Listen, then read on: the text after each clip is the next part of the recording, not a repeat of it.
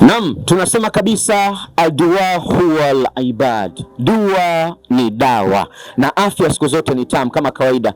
Once again, this is Babu Idris Kita Millennium hapa Gen Z. Niita Idris Kita, chamtuliwa na mtu chuma kinaliwa na kutu, na niko sehemu moja tupigia mstari panaitwa Maalim Kasim Dua Center. Kwa nyuma ya kamera ndugu yangu anaitwa Eli, kama kawaida niko naye. Niko hapa na moja kati ya shuhuda. Sisi tunasema, tukisema tunamkabidhi Mwenyezi Mungu tunamaanisha tunakuja tunanyanyua mikono tunamwachia Mwenyezi Mungu, yeye ndo atalili na wewe kama kawaida. Asalamu alaykum bidada. Alaykum salam. Waitwa nani? Naitwa Leila. Leila, mashallah. Hiyo nuru inatokana na nini hasa? Nuru, kwanza tumshukuru Allah. Naam. Kwa uwezo wake tunafika hapa kuomba dua.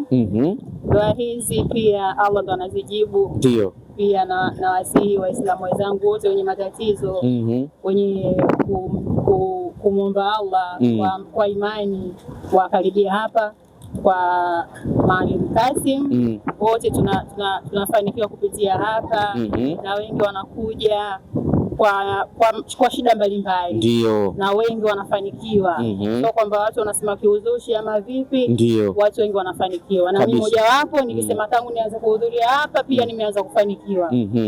Ulikuwa na tatizo gani hasa kubwa ukasema unalikumbuka ili tangu nifike kwa Maalim Kasim Dua Center basi limefunguka? Haswa kwanza nilivyojifungua mtoto wangu. Mashallah.